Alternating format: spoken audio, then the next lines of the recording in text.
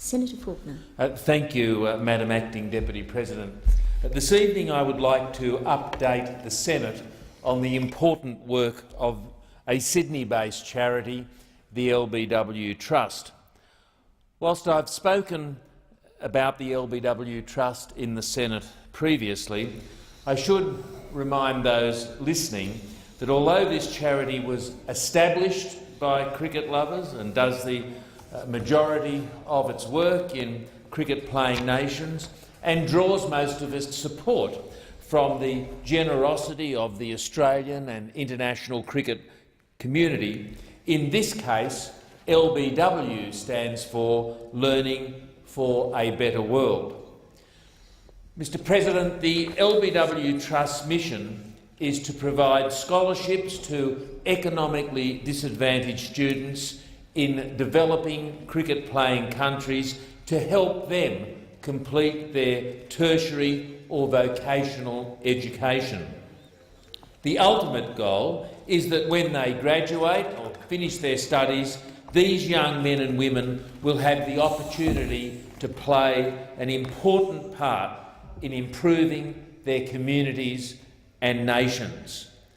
The LBW Trust is unique in that it has no overheads. It's got no office, no employees, no phones.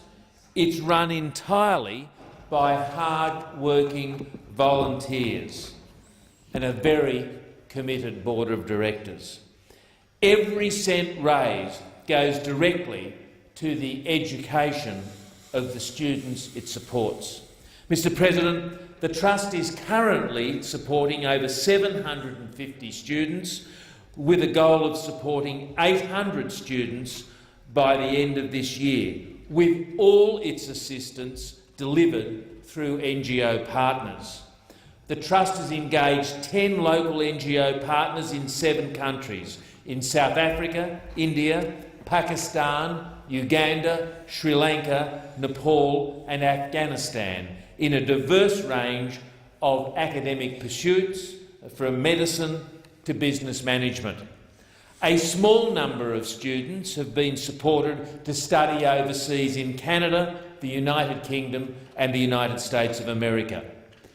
The LBW Trust encourages these students who have studied or gained work experience overseas to reinvest their newly acquired knowledge and skills back in their local communities. Mr. President, the work of the LBW Trust is growing.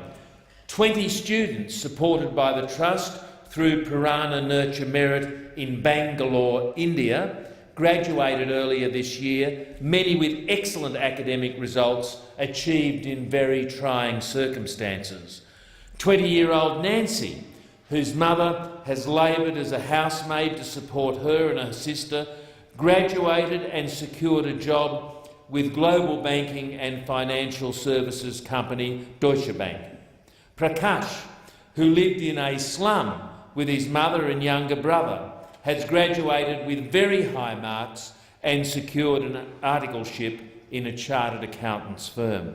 And Leelavathi, who was to be married at 16 because her family had no chance for paying for her university education, now, with the support of the LBW Trust, has instead scored full marks on her final maths and physics exams in her Bachelor of Science degree and is pursuing her goal of being employed as a science lecturer.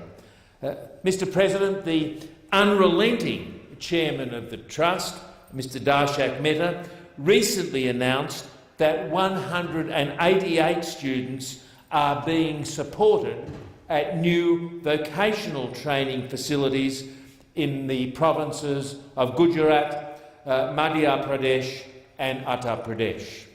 This program, coordinated in partnership with Yuva Parivartan, specifically targets students who have dropped out of high school or tertiary institutions due to difficult life circumstances.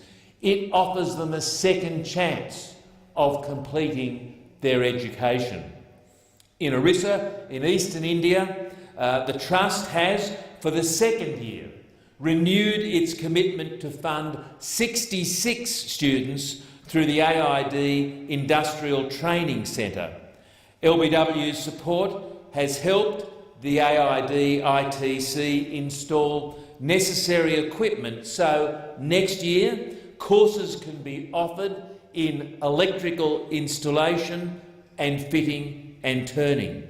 A recent external audit of AID ITC's activities reported an impressive expansion of student programs and the positive impact the centre has had on their local community and economy. In Pakistan, Mr President, the LBW Trust has been working closely with an NGO called the Citizens Foundation, supporting 11 scholarship students. These young men and women, mostly based in Karachi, are studying for degrees in a range of fields including pharmacy, teaching and business administration. Last year, the first group of LBW Trust-funded students in Uganda graduated, and I'm delighted to report that all of them found work in their chosen field. This year, the Trust has committed to supporting 35 students, again in partnership with the Australian NGO One Village. In Sri Lanka, 50 new scholarships were awarded to students through the Sri Lankan NGO Candle-Aid. In Afghanistan, the Trust is supporting 3 young women, Nurnama, Anara and Fatima, who's studying for degrees in medicine. And as you would know, Mr President, this is very important in a country striving to empower women and address a severe shortage of female doctors. And earlier this year, I must say, Mr President, it was a great privilege for the LBW Trust to welcome the former Sri Lankan cricket captain and one of the world's greatest players, Kumar Sangakkara, as a new patron of the LBW Trust. Kumar Sangakkara is in good company. He joins many other distinguished and eminent patrons supporting the great work of the LBW Trust. Kumar Sangakkara, in fact, was the star attraction at the Trust's 7th annual dinner, which was held in January this year at the Sydney Cricket Ground, and he spoke with great eloquence and conviction at that dinner about his personal life, his cricket and his ambitions for his country. Mr President, I want to take this opportunity to congratulate the LBW Trust on the success of its many programs around the world, programs that have positively transformed the lives of so many disadvantaged and underprivileged young men and women, and also the communities in which they live. I hope, Mr President, that in the months ahead, the Australian government will play its part in supporting further the work of the LBW Trust by facilitating its long-standing request to be granted DGR status. The time for that decision, Mr President, is long overdue.